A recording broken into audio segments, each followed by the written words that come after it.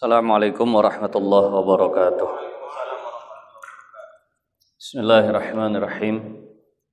Bimardatillahi subhanahu wa ta'ala wa hidayatihi wa inayatihi wa taufiqihi wa ila hadratin nabiyil mustafa Muhammadi wa ala alihi wa sahbihi ajma'in wa li jami'il muslimina wal muslimat wal mu'minina wal mu'minat al ahya'i minhum wal amwat ولجميع مشايخنا وخصوصا لمؤلف هذا الكتاب الفاتحة. أعوذ بالله من الشيطان الرجيم. بسم الله الرحمن الرحيم. الحمد لله رب العالمين الرحمن الرحيم مالك يوم الدين إياك نعبد وإياك نستعين اهدنا الصراط المستقيم صراط الذين أنعمت عليهم غير المغضوب عليهم ولا الضالين آمين. الحمد لله رب العالمين والصلاة والسلام على أشرف الأنبياء والمرسلين سيدنا ومولانا محمد وعلى آله وصحبه أجمعين. Amma ba'du, Rabbi yassir wa la tu'assir, Rabbi tamim bi khair. Qala al-muallif hafizahullahu ta'ala wa adama naf'a bihi wa bi barakati 'ulumihi fid dharain amin. Alhamdulillah, syukur kehadirat Allah Subhanahu wa ta'ala. Allah masih panjangkan usia kita dalam ketaatan, insyaallah. Allah masih berikan kita kesehatan, kelapangan waktu. Allah masih permudah hati kita untuk melaksanakan hal-hal yang Allah ridhai, dan Allah masih pertemukan kita kepada orang-orang yang gemar kepada amal-amal salih. Insyaallah pada malam hari ini kita akan bacakan masail, permasalahan-permasalahan yang berkaitan dengan puasa. Jelas tak akan bisa selesai pembahasan Kitabus Shiyam dalam 2 pertemuan. Namun mungkin pada malam hari ini kita hanya akan membahas masalah-masalahnya saja, insyaallah secara umum. Nah, jamaah hadirin wal hadirat itu sudah melaksanakan puasa itu bertahun-tahun lah. Sudah berkali-kali melaksanakan ibadah puasa, dan kemungkinan syarat, rukun, perkara yang membatalkan, bahkan sunnah-sunnahnya, juga termasuk al-makruhat, perkara-perkara yang makruhnya, itu sudah pernah dibahas dan sudah tahu sedikit banyaknya. Maka insyaallah pada malam hari ini kita hanya akan membahas masail, permasalahan yang ada di dalam kitab Asy-Syamsul Munirah. Kita masuk kepada masalah yang ada di niatus saum, niat puasa. Cara niat puasa kita sudah tahu semua. Dibedakan menjadi 2, yakni kalau puasanya puasa sunnah dan kalau puasanya puasa fardu. Kalau puasanya puasa sunnah, maka batasnya itu dari sejak masuk maghrib sampai esok harinya sebelum masuk zuhur. Itulah waktu niat puasa sunnah. Dari waktu maghrib malam nih, misal tadi maghrib sampai besok sebelum masuk waktu zuhur, itu kalau puasa sunnah boleh. Tapi kalau puasanya puasa fardu, dari maghrib tadi sampai sebelum subuh esok, nah itu saja. Jadi kalau puasa fardu wajib malam. Kalau puasa sunnah boleh sampai besok siang asal tidak lewat zuhur. Nah, di sini ada catatan. Nah, yang bagi ayyanwi as-sauma inda iftarihi khaufa ayyan sanniyata ba'du. Hendaknya seseorang itu berniat puasa. Kalau dia puasa Ramadan misalnya, hendaknya seseorang itu berniat puasa Ramadan ketika dia berbuka. Takut nanti dia terlupa. Bahkan di sebagian kitab ditekankan boleh niat puasa esok hari sebelum buka puasa. Itu boleh. Azan misal masuk waktu maghrib, Allahu Akbar, Allahu Akbar. Buka puasa. Orang Allahumma lakasumtu. Dia nawaitu sauma ghadin an adai fardhi syahri ramadhani hadhihi sanati lillahi ta'ala. Dalam hati, aku puasa fardu Ramadan esok hari. Baru buka. Jadi belum buka udah berniat lagi. Itu ulama katakan boleh.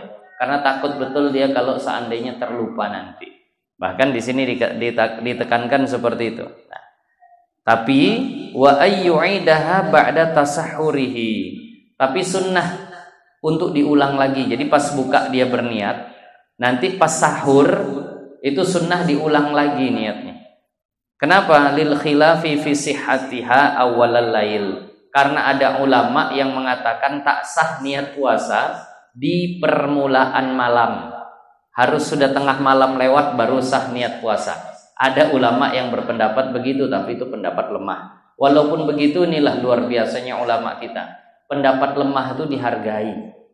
Pendapat ulama yang lemah itu saja dihargai. Apalagi hadis Rasulullah yang lemah, pasti lebih dihargai. Kita bukan bersikap seperti sikap orang-orang yang sangat-sangat anti kepada hadis dhaif, sampai seolah-olah hadis dhaif itu bagaikan hadis maudhu', nggak boleh diamalkan sama sekali. Kan ada aliran yang seperti itu, ajaran-ajaran seperti itu. Allahumma barik lana fima razaqtana. Wah, nggak usah dibaca tuh, hadisnya dhaif. Allahumma lakasumtu, itu dhaif tuh, nggak boleh diamalkan, hadisnya dhaif. Siapa bilang tak boleh? Bahkan ulama kita jangankan hadis dhaif, qaul ulama yang dhaif pun dihargai. Sehingga di sini dikatakan bagusnya ketika sahur ulang lagi. Kenapa? Karena ada ulama yang mengatakan tak sah niat puasa kalau belum masuk tengah malam atau masih di permulaan malam. Nah, jadi ingat, akidah Ahlus Sunnah wal Jamaah tidak membuang, tidak menelantarkan, tidak mencampakkan hadis dhaif. Namun hadis dhaif bisa diamalkan pada fadilah-fadilah amal, bisa diamalkan untuk targhib motivasi, bisa diamalkan untuk tarhib ancaman. Nah, ada satu hadis dhaif yang terkenal, namun itu cukup ampuh lah. Nah, orang yang tidak sholat di dunia itu akan didatangi di kuburnya oleh Syuja'ul Aqra'.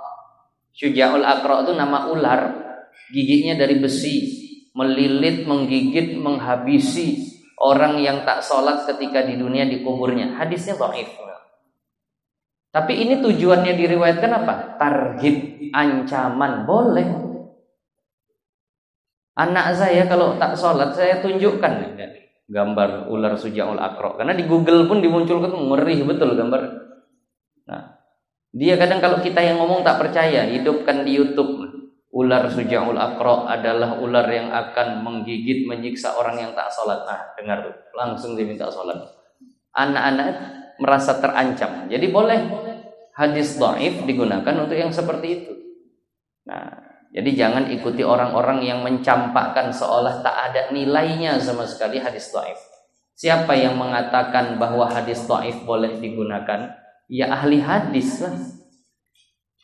Al-Imam An-Nawawi di dalam kitab Al-Azkar, untuk fadilah amal, untuk motivasi, untuk ancaman, untuk tarikh masalah sejarah, manaqib, kisah-kisah hidup para sahabat, itu boleh dipakai hadis dhaif. Tapi untuk akidah betul tak bisa. Kalau untuk akidah, untuk halal haram betul tak bisa.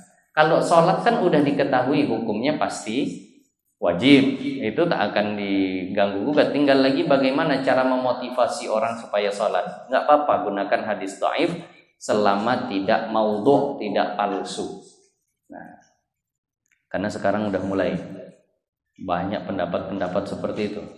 Ini nanti masuk Ramadan, bacaan doa buka puasa kita saja dipermasalahkan. Allahumma lakasumtu wa bika amantu wa ala rizkika aftartu birahmatika ya arhamar rahimin. Jangan, tak boleh diamalkan. Hadisnya dhaif. Yang sahih, dhahabaz zama wa btallatil uruq wa sabatal ajru insyaallah. Ya betul. Maka kita pun janganlah padakan itu saja.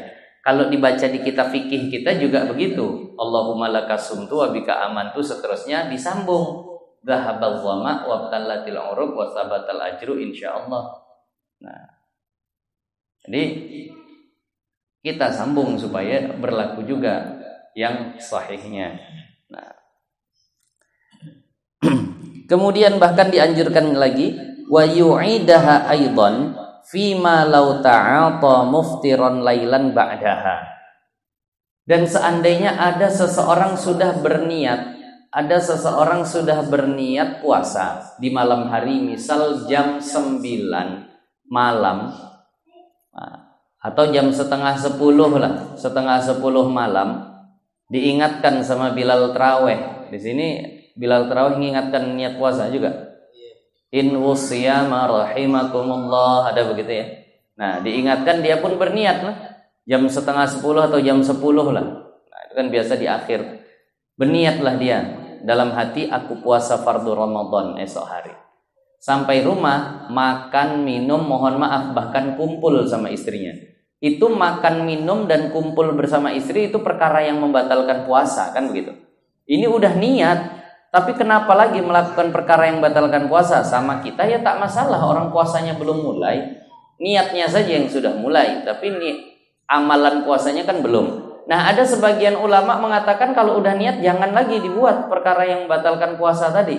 Memandang ini, maka bagi kita yang sudah berniat, tapi ternyata setelah berniat di malam hari melakukan perkara yang membatalkan puasa setelahnya, sunnah, bagusnya diulang lagi. Khurujan minal khilaf, supaya keluar dari perbedaan pendapat ulama. Nah, kemudian masalah berikutnya, masalah niat. Lau kana ala syakhsin yaumun min Ramadan min sanatin muayyanatin fana wa yauman min sanatin ukhra ghalatan lam yujzihi. Kalau seandainya ada seseorang punya hutang puasa Ramadan di 1 tahun tertentu lah, lalu dia berniat dan menyebutkan tahunnya tapi salah nyebutkannya, maka tak sah puasanya. Bagus tak usah disebut. Ini misal dia utang puasa Ramadannya tahun 2005, belum dibayar sampai sekarang. Terus dia niat, sengaja aku puasa Ramadan esok hari qadha tahun 2006.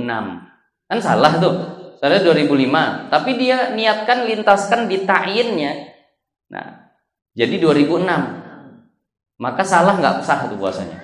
Nah, bandingannya kayak imam sholat. Kalau dia mutlakkan saja, sengaja aku sholat fardu zuhur mengikut imam karena Allah Ta'ala, sah mau siapapun imamnya. Tapi seandainya dia katakan sengaja aku sholat fardu zuhur mengikut si Zaid, ternyata Umar, nah itu nggak sah tuh. Jadi bagus nggak usah ditakyin gitu. Jadi itu bandingannya. Kalau dia punya 1 hutang puasa di 1 tahun tertentu, lalu ketika niat dia sebutkan tahunnya tapi salah nyebutinnya, maka itu nggak sah. Setelah buka, bukan 2006, 2005 semalam hutangnya. Ulang lagi tuh puasanya. Masalah saja. Ini kita bacakan di sini masail. Nah, atau walau kana alaihi qada'u awali Ramadan fanawa qada'a sanihi lam yujzihi. Atau dia hutangnya itu yang enggak puasa, yang dia enggak berpuasa, yang dia tinggalkan itu misalnya tanggal 10 Ramadan. Tapi waktu niat dia bilang tanggal 11 Ramadan. Sengaja aku mengqadha puasa tanggal 10 Ramadan tahun lalu karena Allah Ta'ala. Padahal misalnya puasanya tanggal 9 yang seharusnya diqadha, itu juga enggak sah. Nah, jadi tak usah ditambah-tambah lah. Kalau seandainya justru malah membingungkan. Nah, kemudian launawa ihtiyatan, kalau seandainya ada seseorang berniat untuk hati-hati, as-sauma 'anil wajib, puasa wajib, ingkana alaihi, kalau seandainya ada. Wa illa fatatawwu, kalau nggak ada ya jadi sunnah. Dia bingung, ini aku utang udah lunas atau belum. Teringatnya utangnya entah 7, entah 8, atau entah aku udah lunasi 7 atau 6, tapi atau ada puasa kafaroh atau bagaimana, dia lupa betul lah. Nah, tak yakin. Maka dia berniat, sengaja aku puasa qadha Ramadan esok hari kalau ada atasku, kalau tidak maka puasa sunnah. Bolehkah begitu? Sahhat niyatuhu, sah niatnya. Yang seperti itu. Nah, wa bihada, dan dengan ini yu'lamu, diketahui, annal afdala, bahwa yang paling afdal, limuridit tatawwu, bagi orang yang ingin puasa sunnah. Nah, ayyan wiyal wajib ingkana alaih, dia berniat sengaja aku puasa wajib kalau ada atasku. Nah, begitulah. Karena kadang lupa-lupa orang. Apalagi yang dulunya, kalau bisa dibilang zaman jahiliyahnya dulu, dari balik entah berapa banyak yang buka diam-diam. Nah, yang tak peduli dosa segala macam, terpengaruh kawan buka saja ditanya berapa utang puasa, entahlah aku pun lupa. Nah, pokoknya tiap Ramadan ada aku bolong, ada aku tak puasa, namanya masih bandal dulu. 100 lebih kayaknya. 200, itulah yang tak yakin. Nah, dia puasakan saja sebanyak-banyaknya, dan setiap misal Senin, hari Senin, dia atau puasa Arafah atau puasa Asyura. Jadi jangan niat puasa sunnahnya saja yang bagus bagi orang seperti itu. Niatkan saja wajibnya. Kalau memang sudah lunas jatuhnya sunnah.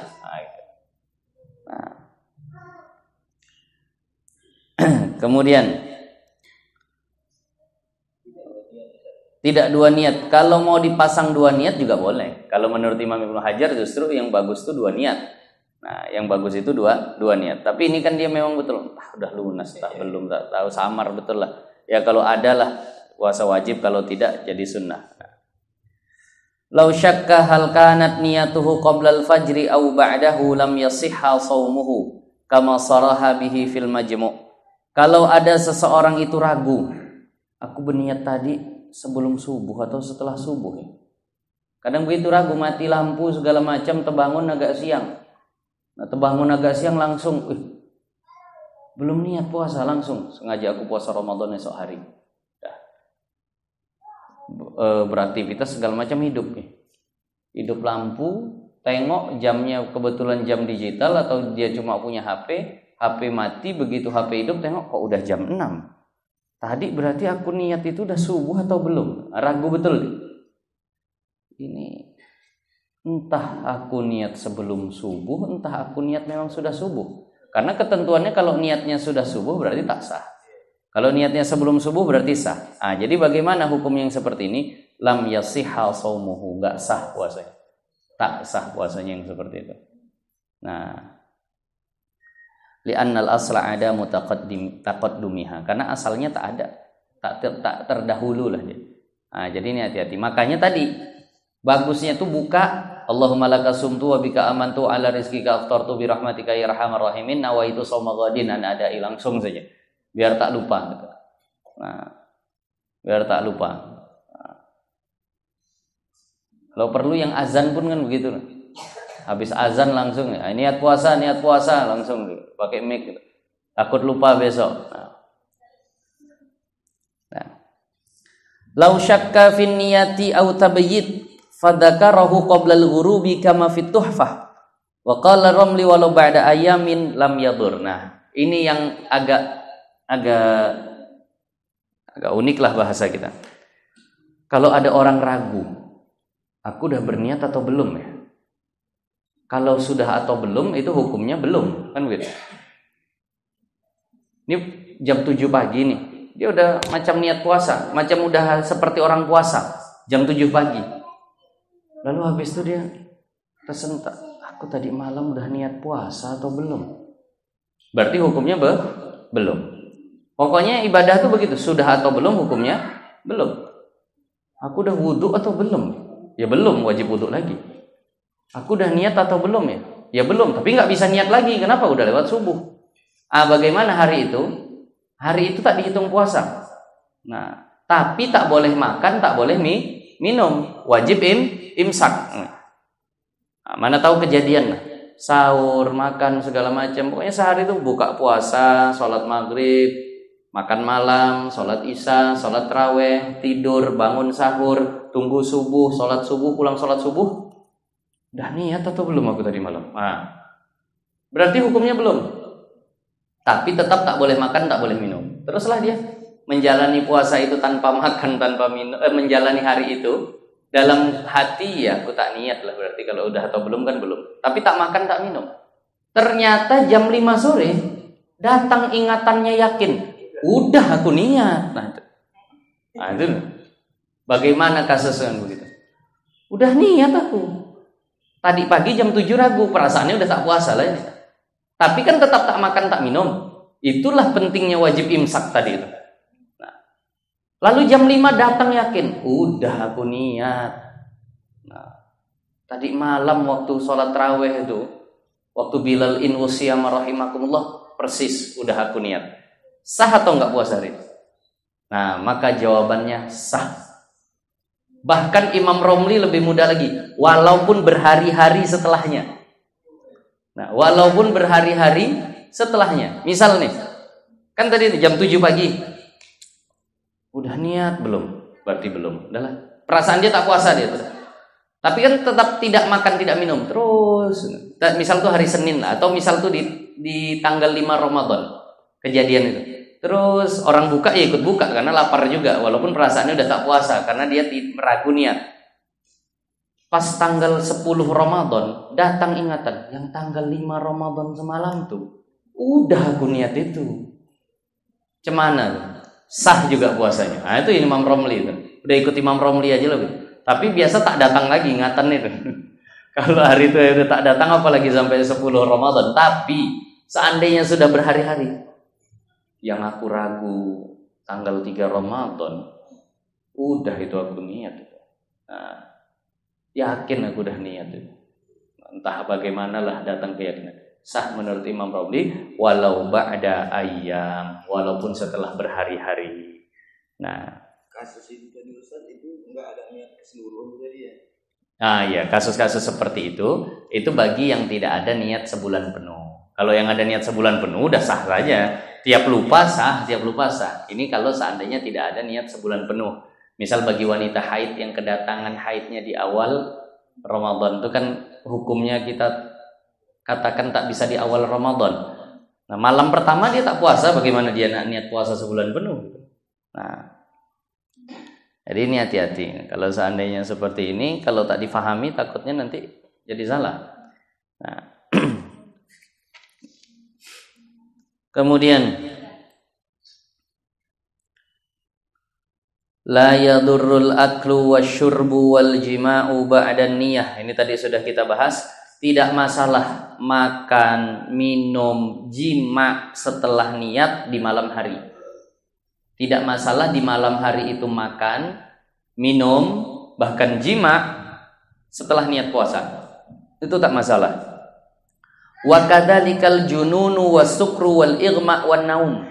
Dan begitu juga enggak masalah kalau gila, kalau mabuk, kalau pingsan dan tidur di malam hari setelah niat. Wala yajibu tajdiduha idza nama ba'daha summa tanabbaha lailan.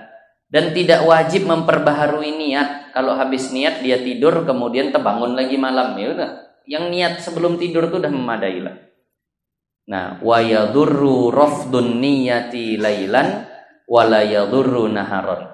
Tapi menjadi tidak sah niatnya kalau dia batalkan niatnya di malam hari itu. Perhatikan.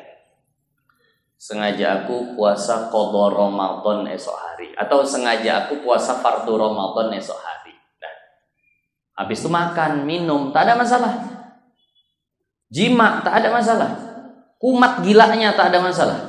Nah, tapi seandainya sengaja aku puasa fardu Ramadan esok hari karena Allah, dalam hati tak jadilah aku puasa Ramadan, dibatalkan. Nah, itu bermasalah tuh. Besoknya jadi nggak sah dia puasa tuh. Nah, tapi yang uniknya, seandainya dia batalkan dengan ucapan di malam hari itu menjadi tak sah untuk besoknya, tapi seandainya itu dia lakukan setelah puasa dilakukan, justru malah nggak apa-apa. jam 9 pagi, kan udah mulai puasa tuh. Tak jadilah aku puasa Ramadan. Nggak batal tuh bilang begitu. Itu deh. Itu uniknya. Malam hari dilakukan jadi tak bisa puasa besok, tapi ketika sudah mulai puasa, kalau dia ucapkan, tak usahlah aku puasa hari ini, tak jadi. Nggak batal, nunggu dia lakukan muftirat, perkara yang membatalkan baru batal. Nah, kebalikan sama gila tadi. Kalau gila malam hari tak masalah, gila siang hari langsung batal. Tapi kalau membatalkan niat dengan niatan tadi itu mau di hati atau di mulut juga, kalau memang sudah adalah tujuannya rafdun niat bahasanya. Nah, maka ini membatalkan di malam hari, tapi bukan membatalkan bahasa, menggagalkan niat puasanya di malam hari, tapi tidak membatalkan puasanya di siang hari.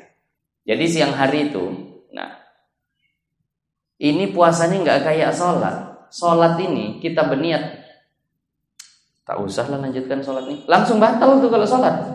Walaupun kita belum melakukan perkara yang membatalkan sholat. Tapi kalau puasa, kok puasa ku Ramadan, tapi malas aku lanjutkan ini, mau ku batalin lah. Tapi betul-betul nggak ada dia buat, itu nggak batal tuh sama gitu. Nah, mau ku batalin lah. Tapi ngomong aja sampai sore juga. Saya pernah loh kejadian gitu, puasa sunnah, pas pula pergi sama istri. Tak sanggup kayaknya, panas sekali. Tak apa pula pergi hari ini. Udahlah minum aja lah nanti. Udah terucap gitu. Udah minum aja lah nanti. Tapi nggak jadi sampai juga sore. Ya belum batal tuh. Nah, tapi kalau itu disebutnya malam, tak usah puasa besok. Masa udah niat nih, sengaja aku puasa sunnah, apalah misal. Bang, tapi kita besok mau pergi kan? Oh iya ya. Tak usah lah jadi puasa besok. Ya udah tak jadi tuh. Kalau malam hari itu dibilang gitu. Nah, paham ini ya. Nah. Min rafdin niyati ma launa wal intiqala min saumin ila akhar kama launa wa sauma qada an Ramadan summa anna lahu ayyaj'alahu kafaratin masalan. Nah, mengalihkan niat malam hari itu bisa. Mengalihkan niat malam hari itu bisa. Sengaja aku puasa fardu Ramadan esok hari. Oh, tak usah lah. Kafaroh saja dulu. Sengaja aku puasa kafaroh esok hari. Diganti, itu bisa seperti itu. Tapi kalau sudah mulai nggak bisa. Nah, ini hanya masalah saja. Ya di sini tertulis takfin niyatu lailan walau halal jima'i. Sah niat puasa malam hari walaupun, mohon maaf loh bahasanya, ini masalah, walaupun sedang jima. Lagi jima sama istri, sengaja aku puasa Ramadan esok hari. Cuma tak ada waktu lain. Ini tapi hukum. Jangan dipraktekkan pula. Ini hukum saja ini. Bukan untuk dipraktekkan. Oh sah, begitulah aku buat. Bukan. Ini hukum saja. Nah, jadi itu sah niat puasa Ramadan malam hari walaupun di tengah-tengah jima. Nah, tapi tak bagus. Nah, di sini tak disebutkan makruh atau yang jelas nggak adab lah ya. Kalau nggak adabnya jelas. Nah, tapi di sini tak disebut makruh. Nah, tapi tidak sah kalau haji dan umroh. Kalau haji dan umroh niat ihramnya itu pas jima tidak sah. Kenapa? Karena haji dan umroh begitu niat ihram berarti jadi muhrim, berarti tak boleh jima kan gitu. Nah, sementara puasa kan walaupun niat belum mulai ini. Nah, jadi di situ dikatakan. Nah, masalah niat udah pandai insyaallah Bapak Ibu. Masalah niat sebulan sudah. Masalah-masalahnya tadi gitu. Ini yang masalah lupa-lupa ini. Nah, ini juga penting diketahui. Kalau kita misal tidak niat sebulan penuh.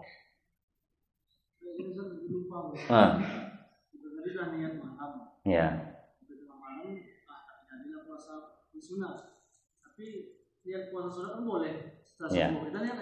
Ya boleh. Berarti kan dia masih di dalam waktu berniat. Misal nih, bolak-balik dia. Misal kalau puasa wajib itu kan niatnya maghrib sampai sebelum subuh.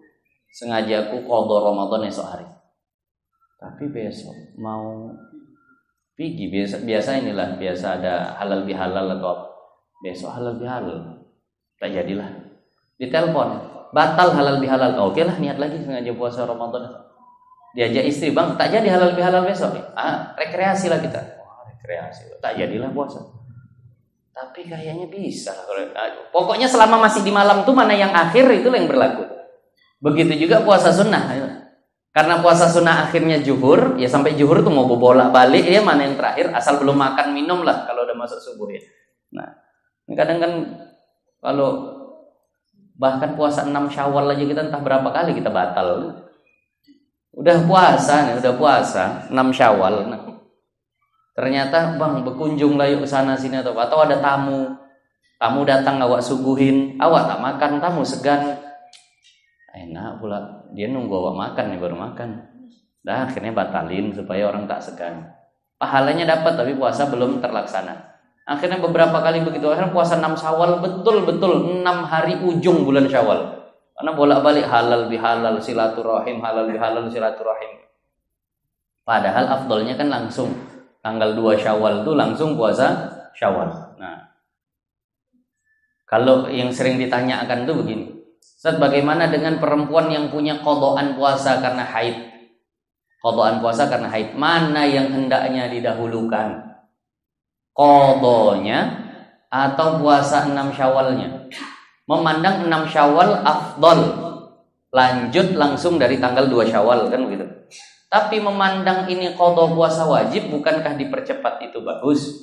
Nah, kalau memang di sini khilafnya agak kuat, tapi tak apa-apalah. Imam Romli katakan boleh digabung qadhaan dan 6 Syawal. Udah dapat dua-dua jadi. Boleh digabung puasa qadha dengan puasa 6 Syawal. Nah, gabung aja lah Bu, udah ikut Imam Romli. Walaupun Imam Abu Makhramah katakan tak sah menggabungkan puasa 6 Syawal dengan puasa qadha. Nah, suka hati Ibu lah ikut mana kalau gitu. Nah, kalau seandainya mau ikut Imam Abu Makhramah yang mengatakan tak sah tadi, Mbak Makhramah yang mengatakan tak sah, mana duluan lah? Nah, duluankanlah qadha. Karena tetap itu wajib. Biar tidak memberatkan orang-orang yang ahli waris kita kalau seandainya kita meninggal gitu, ngurusin ininya itu. Kalau membolehkan gabung dari Ustaz, ada tertibnya yang sunat karena gurda atau kalau Imam Romli itu kalau ada dua niat yang diniatkan, yang tinggi, yang maksudah, otomatis terhasil yang rendah. Jadi makanya cukup qadha saja, udah terhasil langsung 6 Syawal. Imam Romli begitu, sholat tahiyatul masjid, masuk ke masjid orang udah sholat maghrib. Kalau Imam Ibnu Hajar niatin dua-dua kalau mau. Allah sengaja aku sholat fardu maghrib mengikut imam dan tahiyatul masjid, baru terhasil menurut Imam Ibnu Hajar. Tapi kalau menurut Imam Romli niatkan yang maksudah maka terhasil yang ghairu maksudah. Niatkan yang tinggi maka otomatis terhasil yang rendah. Tak usah dua-dua niat kata Imam Romli. Nah, jadi tadi.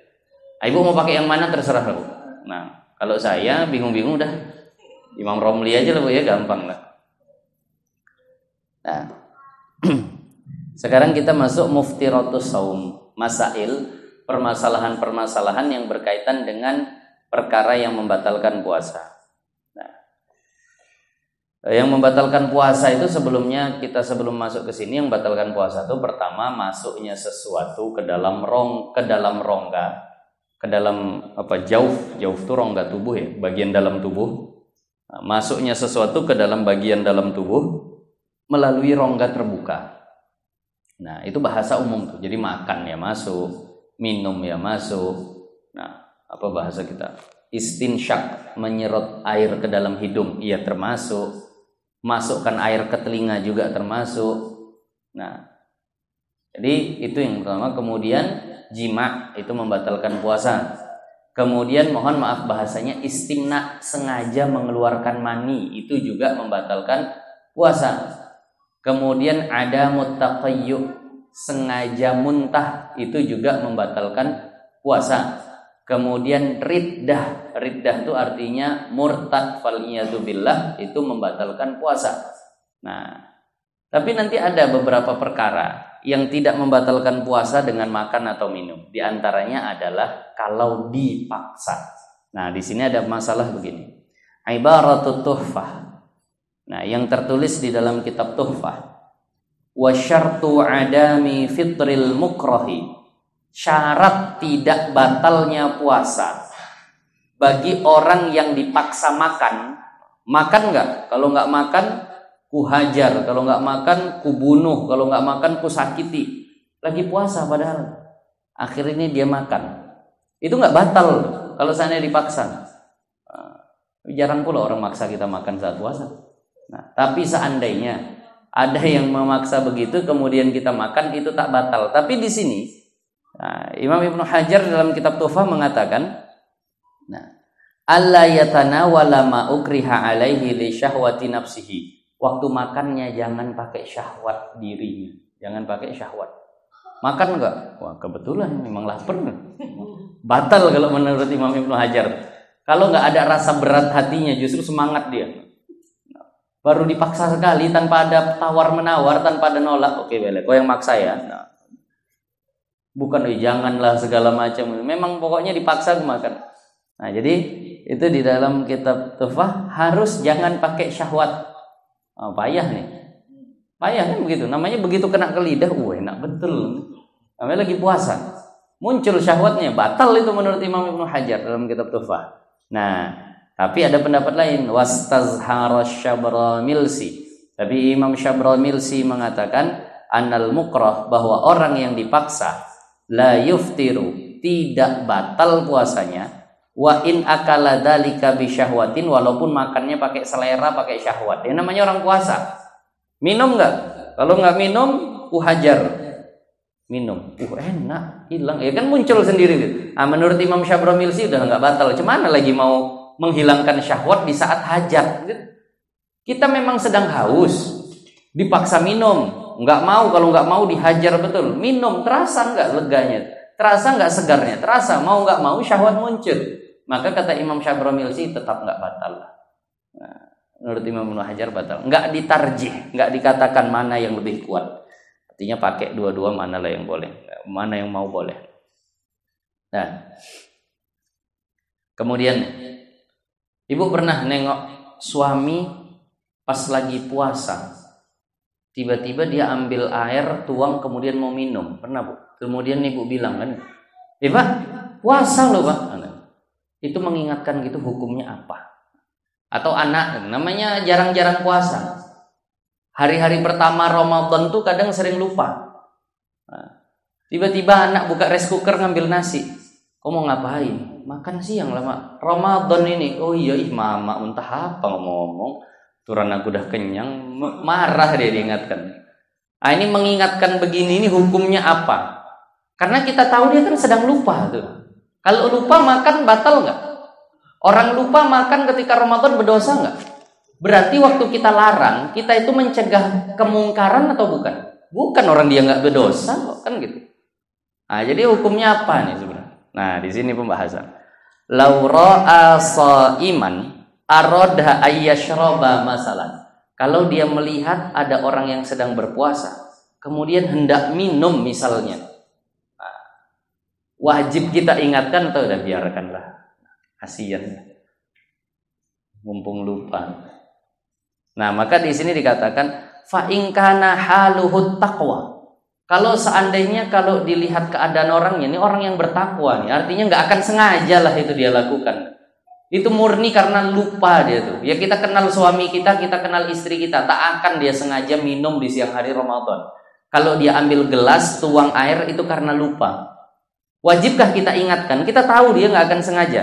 Nah, wa adamu mubasyaratil muharramat, bukan karena ingin melakukan yang haram dia lakukan itu.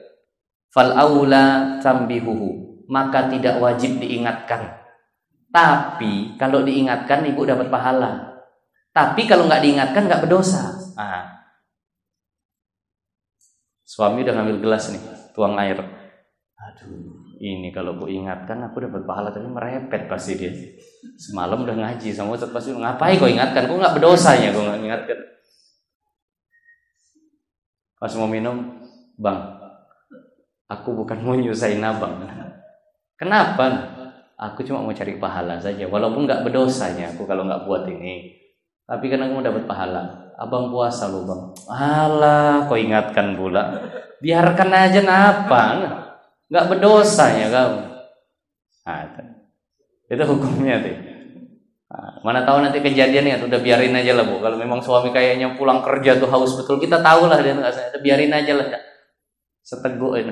Mau teguk kedua bilang, Bang udahlah seteguk aja Bang ya. Bang puasa loh Bang.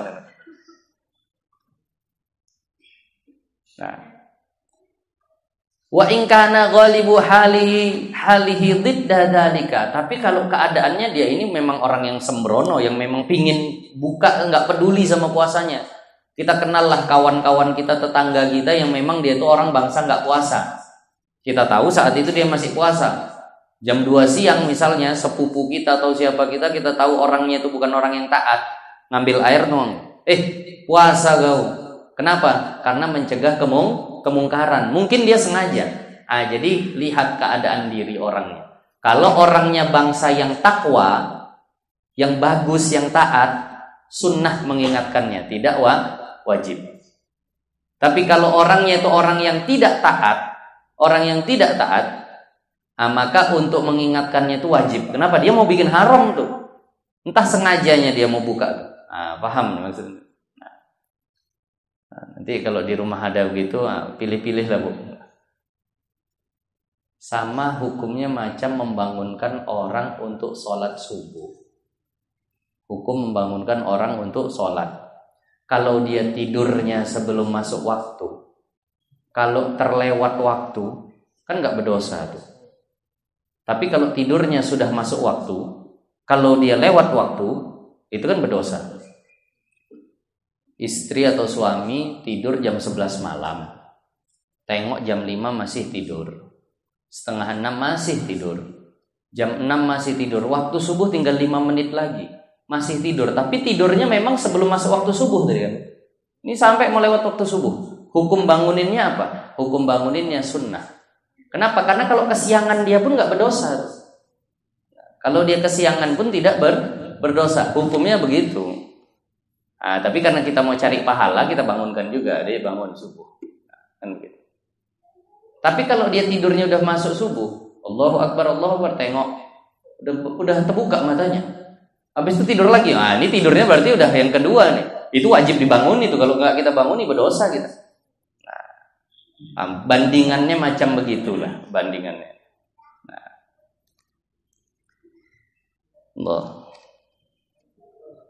Jadi ngaji masail ini kitab Syamsul Munirah, ini kitab masail. Dia nggak runut, dia nggak sistematis seperti kitab-kitab fikih. Dia hanya menunjukkan masalah-masalah saja. Ini masalah kalau begini, kalau begini.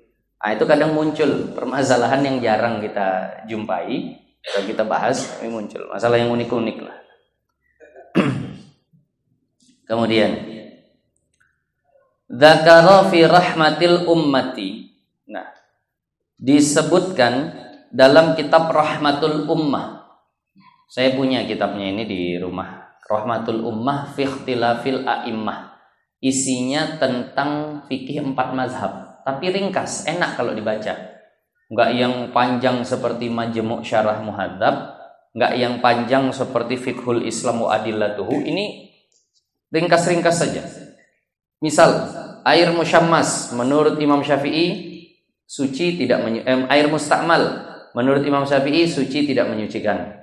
Maliki suci menyucikan. Hambali suci menyucikan. Hanafi bagi 2. Ada yang mengatakan najis, ada yang mengatakan benar. Dia langsung begitu-begitu saja. Kitab Rahmatul Ummah. Enak kalau dibaca. Untuk tahu mazhab lain lah. Mengusap kepala saat wudu. Mazhab Syafi'i sedikit saja. Mazhab Maliki wajib semua. Hanafi wajib 1/3. Wajib 1/4. Hambali wajib setengahnya. Ada selesai. Jadi enggak sampai jelimut gitu. Itu kitab Rahmatul Ummah. Nah, di dalam kitab Rahmatul Ummah disebutkan anna-sha'ima, bahwa orang yang berpuasa idza fa'ala syai'an minal mahdhurati shaum kal jima' wal akli wa syurbi nasiyan li shaumihi. Nah, orang berpuasa kalau dia melakukan perkara yang membatalkan puasa, makan, minum, jima', tapi dia lakukan itu karena lupa. Lam yabtul 'inda Abi Hanifah wa Syafi'i. Menurut Imam Abu Hanifah dan Syafi'i tidak batal. Nah, ini jelas. Makan saat Ramadan. Ini lagi puasa Ramadan, makan tapi karena lupa, enggak batal menurut mazhab Syafi'i dan Imam Abu Hanifah. Wa qala Malik yaqtul. Menurut mazhab Maliki batal. Enggak berdosa tapi batal, wajib qada. Nah, begitulah mazhab Maliki. Lagi puasa Ramadan lupa makan. Kalau mazhab Maliki ya udah batal. Enggak berdosa tapi wajib qada. Nah, menurut Imam Ahmad bin Hambal kalau makan lupa tak batal. Minum lupa tak batal. Tapi kalau jima walaupun lupa batal. Kalau mazhab Syafi'i kan jima walaupun lupa tidak batal. Nah, itu gitu tuh rahmatul ummah, dah jelas selesai. Nah, ada terjemahannya sudah. Jadi yang suka wawasan seperti itu, nah, cari terjemah kitab Rahmatul Ummah. Dibuat judulnya Fikih 4 Mazhab. Nah, enggak pala tebal. Kalau ukurannya segini juga kurang lebih. Sekitab saya. Fikih 4 Mazhab. Nah, Rahmatul Ummah. Jadi baca langsung dapat gitu. Mana tahu udah kayaknya menguasai betul mazhab Syafi'i. Nah, misal saya lagi mau melebarkan sayap ke mazhab-mazhab yang lain lah. Kayaknya udah saatnya aku ini belajar mazhab yang lain misal. Karena mazhab Syafi'i kayaknya udah selesai semua gitu. Saatnya nih lah untuk belajar. Nah, mulailah tahapan itu tadi.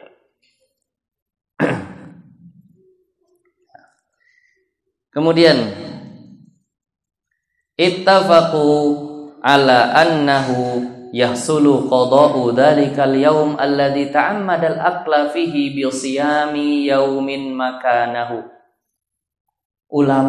Para ulama sepakat kalau ada orang dengan sengaja membatalkan puasa Ramadan, maka dia berdosa besar.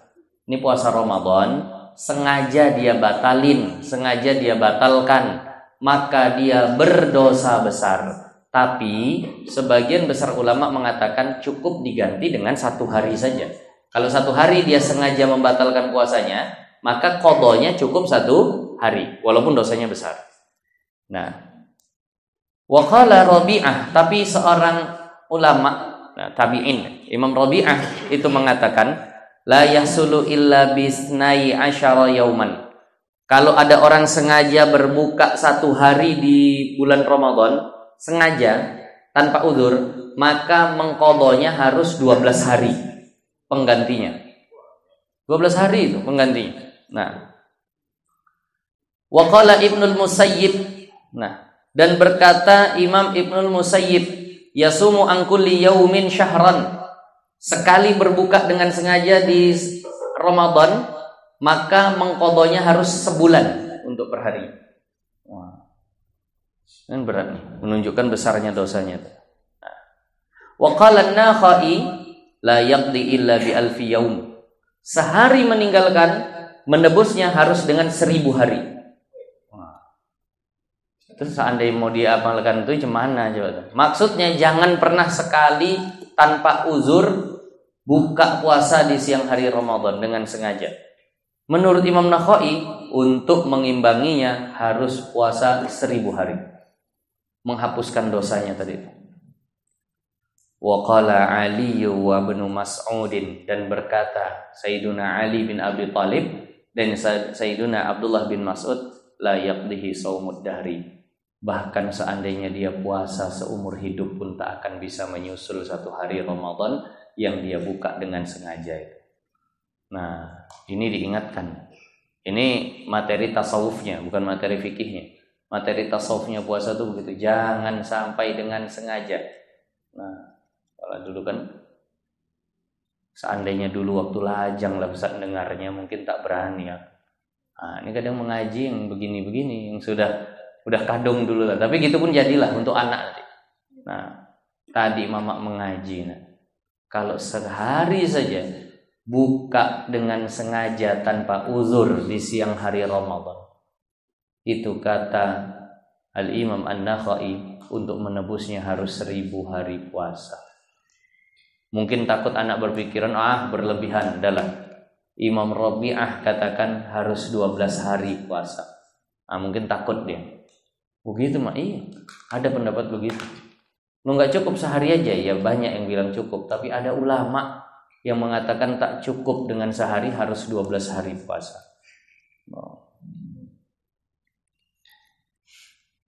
Kemudian, nah, Masih lanjut masalah membatalkan puasa. Ini mohon maaf tak selesai ini. Banyak betul masail puasa nih. Wah, ini sampai sini masih juga permasalahan puasa. Ini saya udah lingkari yang memang agaknya penting dan kemungkinan terjadi. Alladzi la yuftir mimma yasilu ilal jauf sab'atu afrad. Kita tahu di antara perkara yang membatalkan puasa adalah masuknya sesuatu ke dalam tubuh melalui rongga terbuka, kan begitu? Min manfaz. Itu yang kita tahu. Tapi ada 7 keadaan yang kalau masuk sesuatu tadi itu ke dalam rongga melalui rongga ke dalam tubuh itu enggak batal. Yang pertama, binisyanin, kalau lupa. Masuk sesuatu ke dalam tubuh dari rongga terbuka tapi lupa, maka tak batal. Ini kadang. Nah, kita ambil cotton bud, kita korek-korek kuping sampai dalam. Baru habis teringat, ini kan puasa, langsung keluarkan. Batal enggak tuh? Enggak. Yang seperti itu enggak batal. Nah, adik. Au jahlin, atau karena tidak mengetahui atau enggak tahu hukumnya. Nah, itu juga enggak batal. Walaupun masuk sesuatu ke dalam tubuh. Tapi karena tak tahu, tapi ingat ya, orang yang berhak bilang enggak tahu itu udah pernah kita sampaikan 2 saja. Yang baru masuk Islam sama yang jauh dari ulama. Nah, yang ketiga, au ikrohin, atau dipaksa, seperti yang tadi, dipaksa nih.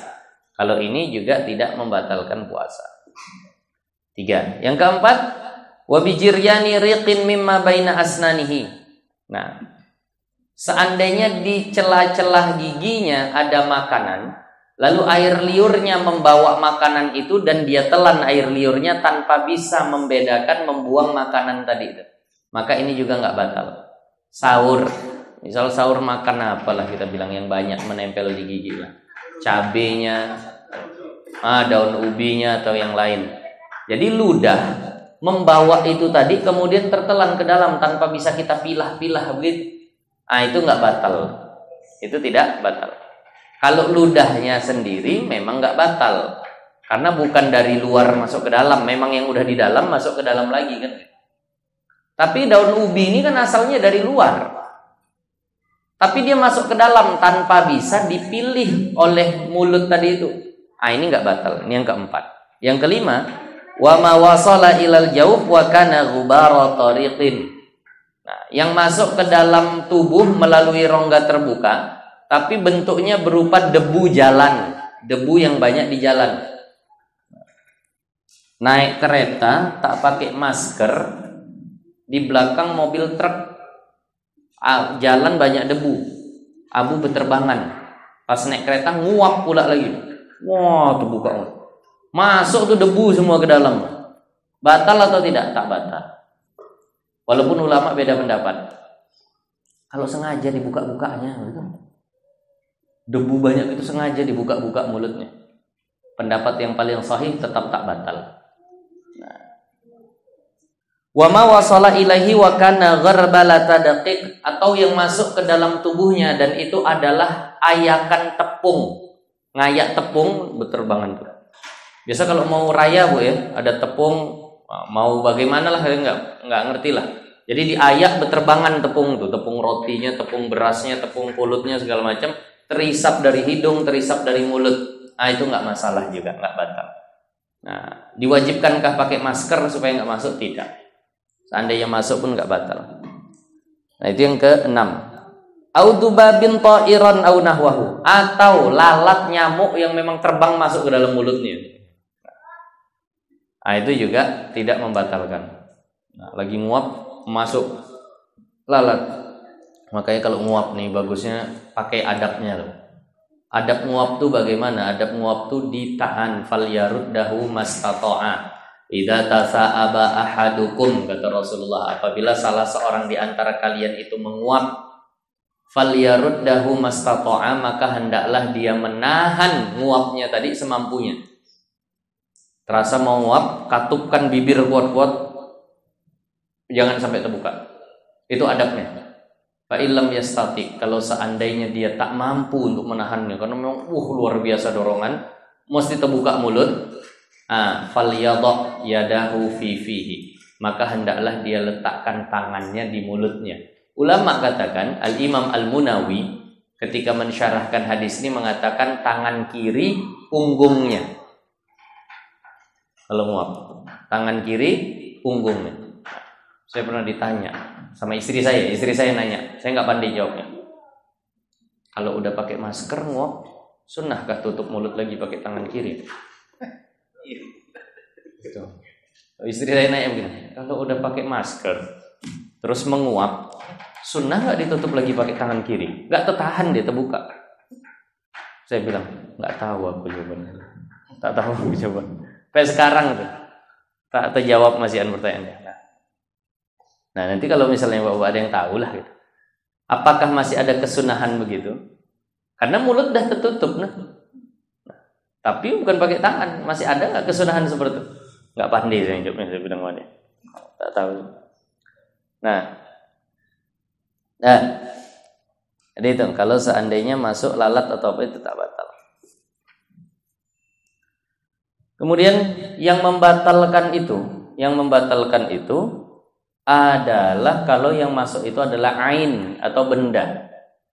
Wa kharaja bil aini al asaru kawusulir rih bisyammi ila dimag. Keluar dari kata benda itu asar. Kalau asar bekas, kesan-kesan, nah itu tidak membatalkan. Seperti masuknya aroma angin yang wangi misalnya dengan dihirup. Orang pakai minyak wangi, cium, batal nggak puasanya? Tidak. Lu tuh ada tuh yang masuk, tapi itu asar, bukan ain. Sama kayak misal subuh, 10 menit sebelum subuh dia persiapan, kemudian dia gosok gigi pakai odol. Odolnya bangsa yang minnya itu pedas, dinginnya itu. Nah, itu betul-betul terasa betul. Begitu masuk subuh, sholat subuh masih terasa segar-segarnya di mulut tadi. Kemudian dia telan ludahnya bersama segar-segar bekas odol tadi itu. Batal nggak? Tidak, karena itu asar, bukan ain. Kalau ditengok nggak nampak lagi bendanya itu. Kalau ditengok nggak nampak bendanya. Nah, begitu juga sisa air kumur-kumur. Kita berkumur-kumur kemudian kita ludahkan. Ada nggak yang tinggal di mulut? Pasti ada. Kalau itu tertelan bagaimana? Nggak masalah. Itu pun udah payah lagi, itu bekas-bekasnya saja. Nggak bisa lagi itu Jangan pula habis ini karena takut kali itu kumur-kumur buang, habis itu ambil sapu tangan dielap mulutnya. Biar tidak ada bekas air kumur-kumur tadi. Dia payah begitu dah. Nah, maka itu tidak mesti. Nah, walaupun pakai parfum ketika puasa hukumnya makruh.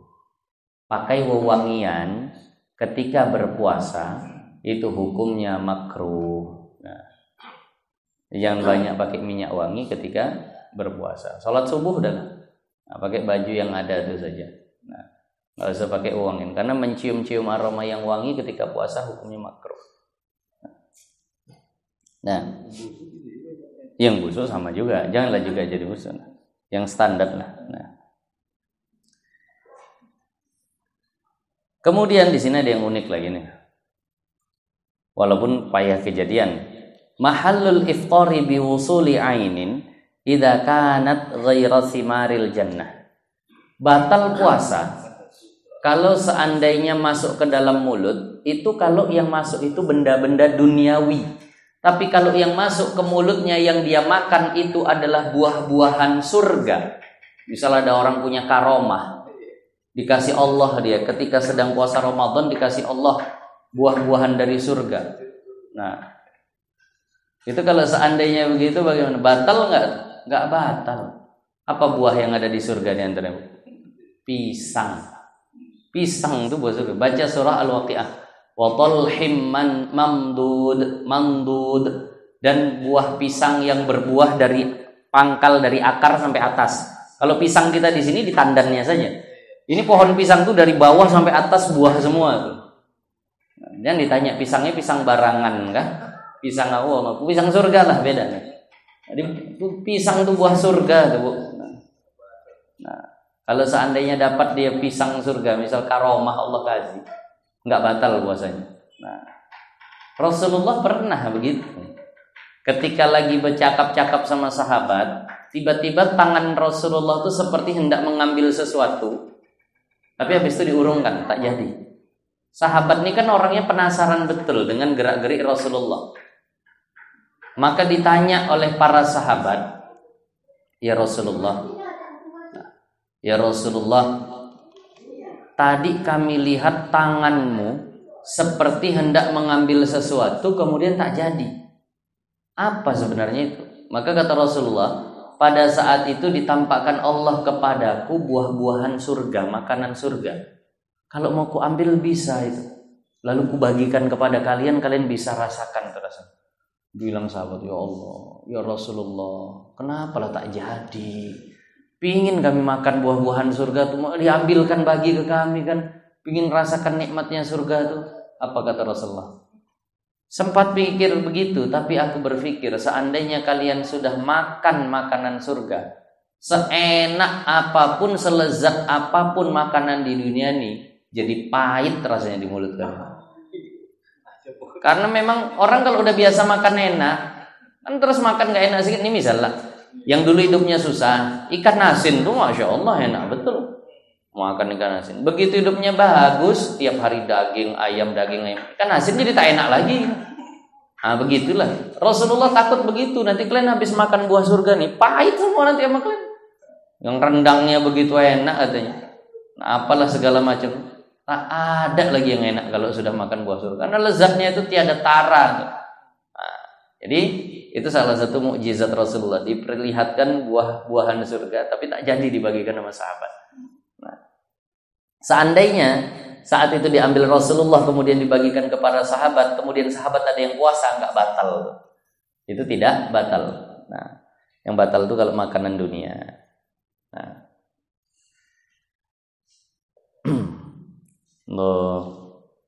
jam berapa ini? Nah, sampai sinilah dulu.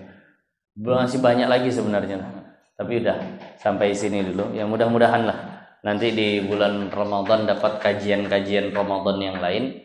Nah, mudah-mudahan bisa menambah. Tapi insya Allah karena sudah 1 jam penyampaian akan datang lah